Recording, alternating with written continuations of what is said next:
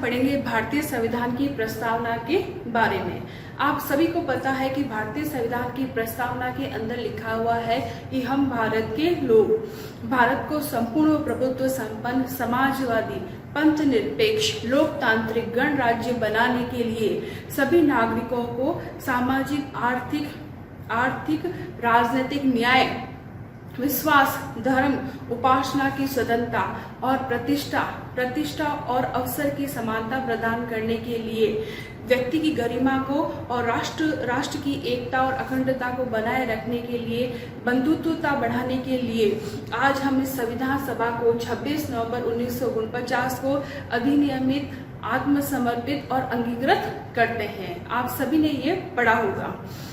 English में preamble है आपका, We the people of India having solemnly resolved to constitution India into a sovereign socialist secular democratic republic and to secure all its citizens justice social economic and political equality to status and of the opportunity and to promote among them all fraternity, ensuring the dignity of individual and unity of integrity of the nation.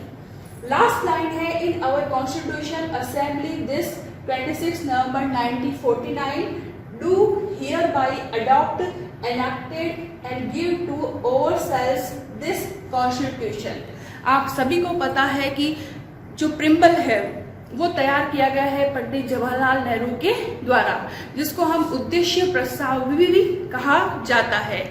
इसको पहले उद्देश्य प्रस्ताव कहा जाता था, objective जो है वह रिसोल्यूशन इसको बोला जाता था। बाद में इसके लिए वर्ड यूज किया गया प्रिम्बल या प्रस्तावना। यह प्रस्तावना जो है पंडित जवाहरलाल नेहरू के द्वारा 13 दिसंबर 1946 को एक उद्देशिका तैयार की गई, जिसमें ऑब्जेक्टिव थे कि भाई हमारे राष्ट्रपति की क्या शक्तियां होनी चाहिए, है ना, राष्ट्रपति की निर्वाचन प्रणाली किस टाइप से होनी चाहिए, जो फंडामेंटल राइट है सिटीजन के वो क्या होने चाहिए, राज्य की क्या ड्यूटीज होनी चाहिए, गवर्नमेंट के हर पार्ट किस टाइप से काम करेंगे। तो उसके बारे में पंडित जवाहरलाल नेहरू ने एक ऑब्जेक्टिव प्रपोजल तैयार किया था 30 दिसंबर 1946 को। लेकिन जब ये संविधान सभा में लाया गया तब डॉक्टर भीमराव अंबेडकर ने इसे पारित नहीं होने दिया, क्योंकि उनका मानना था क्योंकि संविधान सभा का जब गठन हुआ था तब मुस्लिम लीग ने पूरी तरह से संविधान सभा का बहिष्कार किया था। मतलब संविधान सभा की बैठक में मुस्लिम लीग ने जो है वह पार्टिसिपेट नहीं किया था, उसको बहिष्कार किया था। तब भीमराव अंबेडकर ने बोला कि अगर इस संविधान सभा में अगर उद्देश्य प्रस्ताव को स्वीकृति मिल जाती है और तो क्या होगा कि मुस्लिम लीग के लिए जो है वह संविधान का गेट जो है वह हमेशा के लिए, संविधान सभा का गेट जो है वह मुस्लिम लीग के लिए हमेशा के लिए बंद हो जाएगा, क्योंकि मुस्लिम लीग ने डिसाइड नहीं किया था कि उनको भारत में रहना है या पाकिस्तान में जाना है। लेकिन संविधान सभा का जब गठन हुआ तो कुछ सदस्य तो पाकिस्तान चले गए और कुछ सदस्य जो है वह मुस्लिम लीग की कमेटी के रूप में ही उन्होंने भारत की संविधान सभा की सदस्यता ग्रहण की। इसलिए कुछ कारणवश जो है वो पारित नहीं हो सका। उसके बाद में यह जो प्रिम्बल है या उद्देश्य प्रस्ताव है ये पारित हुआ 22 जनवरी, ये पारित हुआ 22 जनवरी 1947 में। 1947 को यह प्रस्ताव जो है वह पारित हुआ था। अब ये प्रपोजल तैयार किया गया पंडित जवाहरलाल नेहरू के द्वारा, लेकिन इसको संविधान के अंतिम चरण के अंदर जोड़ा गया, सबसे अंतिम चरण के अंदर जोड़ा गया और इसको प्रस्तावना के रूप में शामिल किया गया। प्रिम्बल के रूप में इंडियन कॉन्स्टिट्यूशन में इसको इंक्लूड किया गया। अब बच्चों आपकी जो प्रस्तावना है, जो प्रिम्बल है, यह वर्ड लिया गया है यूएसए से। यह वर्ड जो है वो कहाँ से लिया हुआ है? यूएसए से जो है वह लिया हुआ है। लेकिन इस प्रिम्बल की जो लैंग्वेज है, इस प्रिम्बल की जो लैंग्वेज है वो ली गई है ऑस्ट्रेलिया से। मतलब संविधान की जो प्रस्तावना की जो भाषा है वो तो ऑस्ट्रेलिया से ली गई है, लेकिन प्रिम्बल वर्ड जो है वो यूएसए से लिया गया वर्ड है। अब भारतीय संविधान की प्रस्तावना में सबसे पहला जो है वर्ड जोड़ा गया है संप्रभु, है ना। लोग भारत जो है वो एक लोकतांत्रिक जो है वो क्या है, संप्रभु जो है वो गणराज्य है। सॉवरजिन वर्ड का यूज किया गया है। संप्रभु का मीनिंग होता है, सॉवरजिन का मीनिंग होता है कि एक ऐसा देश जो अपने विदेशी मामले होते हैं उनमें निर्णय लेने के लिए स्वतंत्र हो। यानी कि जैसे इंडिया है तो इंडिया जो है वह क्या होगा कि अपनी जो फॉरेन पॉलिसी है ना, अपने जो है ना, अगर किसी की दूसरे देश के साथ उसको जो है वह ट्रीटी करनी है, संधि करनी है, तो उसके डिसीजन लेने के लिए वो पूरी तरह से जो है वह क्या होता है, इंडिपेंडेंट होता है।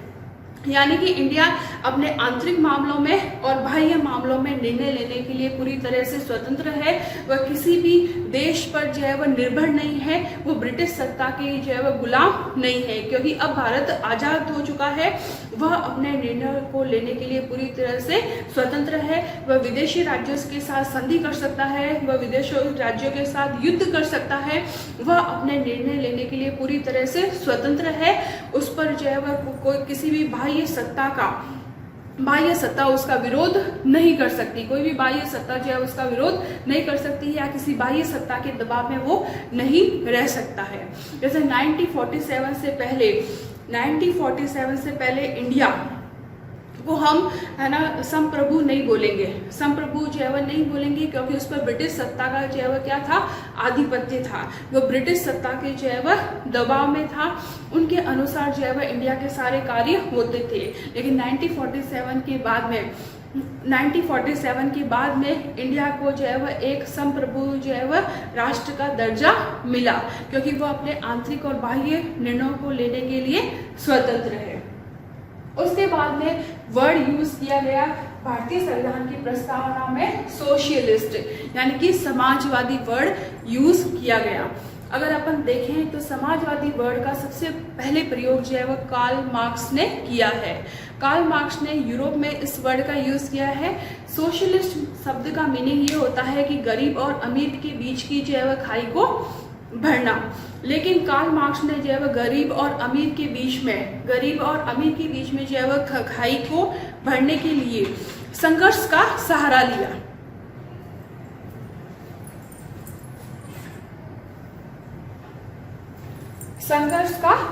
लिया। लेकिन हम बात करते हैं भारत के उस समाजवादी जो है वह स्वरूप की, जिसकी विवेचना जो है वह पंडित जवाहरलाल नेहरू ने और महात्मा गांधी ने की है। महात्मा गांधी ने और पंडित जवाहरलाल नेहरू ने समाजवादी शब्द का प्रयोग जो है वह किया है कि लोगों के बीच में जो है वह समानता लाना, लेकिन बिना संघर्ष के, मतलब आपसी भाईचारे के द्वारा, है ना, ब्रदरहुड के द्वारा जो है वह उनके बीच के जो है वह आर्थिक जो विषमता होती है, जो उनके बीच में जो खाई होती है ना, उस समानता को भरना और लोगों के बीच जो है वह समानता के लिए उन्होंने बिना संघर्ष के समाजवादी शब्द का जो है वो प्रयोग किया है। यानी कि गरीब और अमीर के बीच में जो है वह जो खाई है, जो आर्थिक विषमता बहुत ज्यादा है, उसको जो है वह कम करना, समानता की बात की गई है। लेकिन समानता की बात के लिए उन्होंने यह कहा है कि संघर्ष के बिना जो है वह समानता स्थापित करना, इसलिए यहाँ पर जो है वह सोशलिस्ट वर्ड का यूज किया गया है। देन प्रस्तावना में यूज की वर्ड किया गया है सेक्युलर, जिसको हम पंथ निरपेक्ष भी बोलते हैं। पंथ निरपेक्ष वर्ड का यूज इसलिए किया गया है कि भारत का अपना, यानी कि राज्य का अपना कोई भी धर्म नहीं होगा। भारत जो है वह धार्मिक मामलों में हस्तक्षेप करने का भारत को जो है वह अधिकार नहीं होगा। राज्य का अपना कोई धर्म नहीं होगा, वह किसी विशेष धर्म को वो मान्यता नहीं देगा। यानी कि भारत में सभी धर्मों का जो है वह समान रूप से आदर किया जाएगा। देन यूज डेमोक्रेटिक, भारत का शासन जो है वह जनता के लिए, जनता के द्वारा चलाए जाने वाला एक शासन व्यवस्था विद्यमान होगी। जैसे कि अब्राहम लिंकन ने बोला है कि जनता के लिए, जनता के द्वारा जो है वह शासन जो होगा वो आपका क्या होगा, डेमोक्रेटिक शासन होगा। देन वर्ड यूज किया गया है प्रस्तावना में रिपब्लिक। रिपब्लिक का मतलब है कि भारत का जो सर्वोच्च सत्ताधारी व्यक्ति होगा, राष्ट्रपति जो है वह वंशानुगत नहीं होगा। मतलब राष्ट्रपति को जो है वो वंशानुगत निर्वाचित नहीं किया जाएगा। अगर रिपब्लिक का मतलब है गणराज्य का मतलब है कि वहाँ का राजा वंशानुगत नहीं होगा, जैसे कि इंग्लैंड में होता है। इंग्लैंड में क्या होता है, राजा जो है वह क्या होता है, वंशानुगत होता है। लेकिन भारत का राष्ट्रपति जो है वह डायरेक्ट या इनडायरेक्ट, प्रत्यक्ष या अप्रत्यक्ष निर्वाचन के द्वारा चुना जाएगा।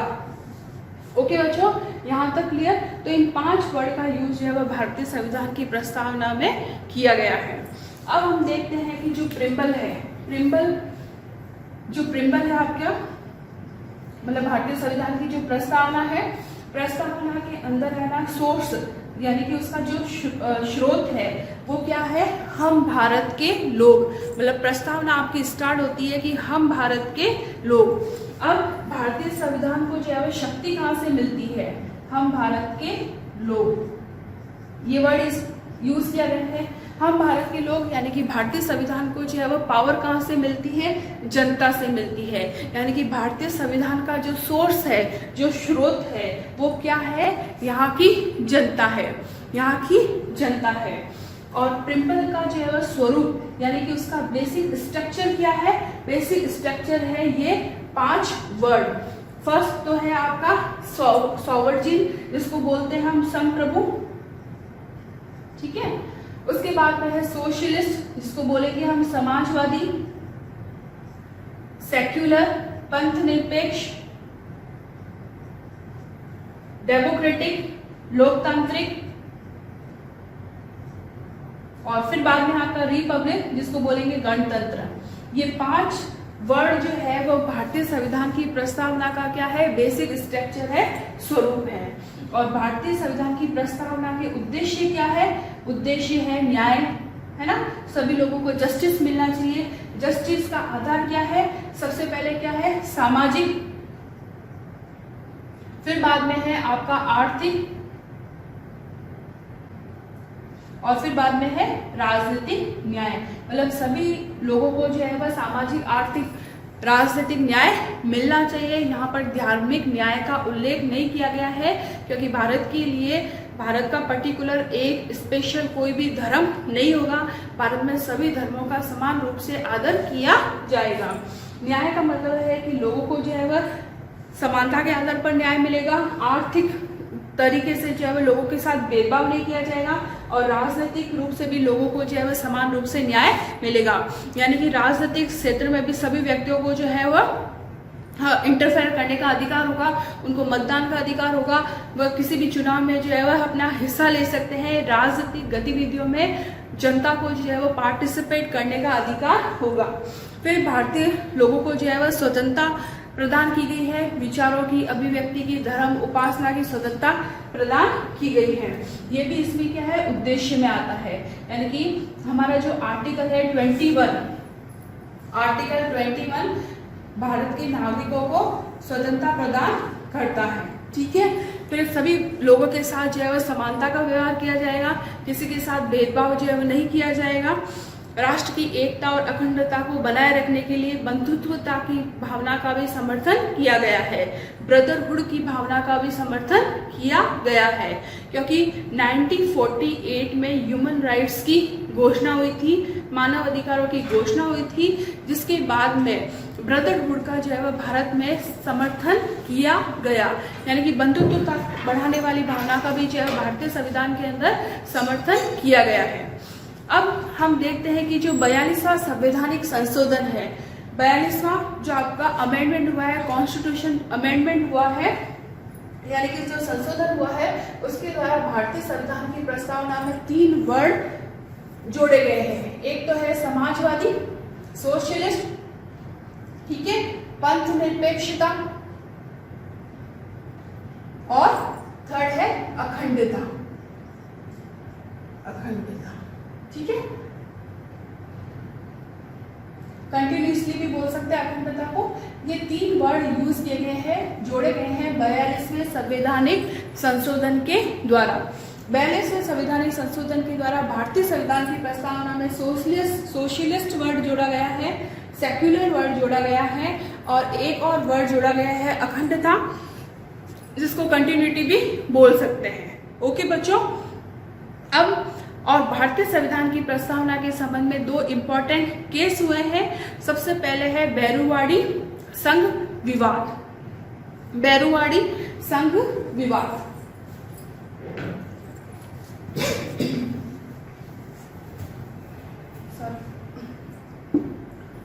सबसे पहले 1960 में एक केस हुआ है बेरुवाड़ी। बेरुवाड़ी भारतीय संघ का ये केस हुआ है, जिसमें ये माना गया है कि भारतीय जो प्रिम्बल है, भारतीय संविधान की प्रस्तावना जो है वो भारतीय संविधान का अंग नहीं है, इसलिए इसमें संशोधन चयन नहीं किया जा सकता है। सबसे पहले केस हुआ था बेरुवाड़ी का 96 में, जिसमें सुप्रीम कोर्ट के द्वारा यह डिसीजन दिया गया कि प्रिम्बल जो है वह भारतीय संविधान का पार्ट नहीं है, इसलिए उसमें संशोधन नहीं किया जा सकता है। यानी कि उसमें कुछ नए वर्ड जो है वह जोड़े नहीं जा सकते हैं, उसमें अमेंडमेंट नहीं किया जा सकता है। लेकिन 1973 में एक केस हुआ है केशवानंद भारती। केशवानंद भारती वर्सेस केरल राज्य के मामले में यह डिसाइड किया गया कि जो प्रिम्बल है, भारतीय संविधान की प्रस्तावना भारतीय संविधान का ही भाग है, अतः उसमें संशोधन किया जा सकता है। ठीक है बच्चों, इसके बाद में जो है वह 42वें संविधान संशोधन के द्वारा भारतीय संविधान की प्रस्तावना के अंदर ये 3 वर्ड जोड़े गए और ये वर्ड जोड़े गए 1976 में। ओके बच्चों, भारतीय संविधान की जो प्रस्तावना वो भारतीय संविधान की आत्मा कहाँ है, और एन.ए. पालकीवाला ने प्रस्तावना को संविधान का परिचय पत्र कहा है।